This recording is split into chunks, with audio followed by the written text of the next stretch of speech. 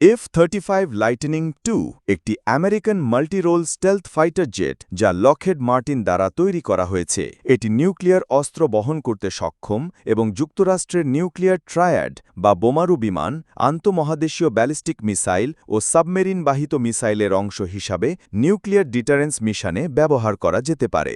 F-35 এবং nuclear অস্ত্র B-6112 nuclear বোমা F-35A অর্থাৎ কনভেনশনাল টেক অফ ও landing version B-6112 tactical nuclear বোমা বহন করতে সক্ষম। এই বোমাটি একটি পরিবর্তনশীল ইয়েল্ড অর্থাৎ 0.3 কিলোটন থেকে 50 কিলোটন পর্যন্ত বিশিষ্ট গাইডেড থার্মোনিউক্লিয়ার অস্ত্র।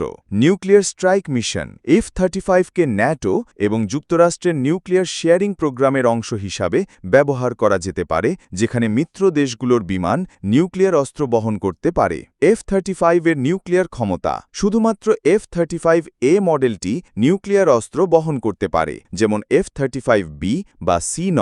এটি স্টেলথ টেকনোলজি ব্যবহার করে শত্রুর রাডার এড়িয়ে নিউক্লিয়ার টার্গেটে আঘাত করতে পারে। 2025 সালের মধ্যে F-35A এর পূর্ণ নিউক্লিয়ার সার্টিফিকেশন পাওয়ার কথা রয়েছে। যেসব দেশ F-35 ব্যবহার করে যুক্তরাষ্ট্র ছাড়াও ইসরায়েল, যুক্তরাজ্য, ইতালি, জাপান, দক্ষিণ কোরিয়া ও অস্ট্রেলিয়ার মতো দেশগুলোর F-35 রয়েছে। তবে নিউক্লিয়ার অস্ত্র ব্যবহারের ক্ষেত্রে শুধুমাত্র ন্যাটো এবং আমেরিকার ঘনিষ্ঠ মিত্রদেরই অনুমতি দেওয়া হয়। আপনি যদি F-35 এর নিউক্লিয়ার ভূমিকা বা নির্দিষ্ট কোনো দেশের সম্পর্কে আরও জানতে চান, জানাতে পারেন।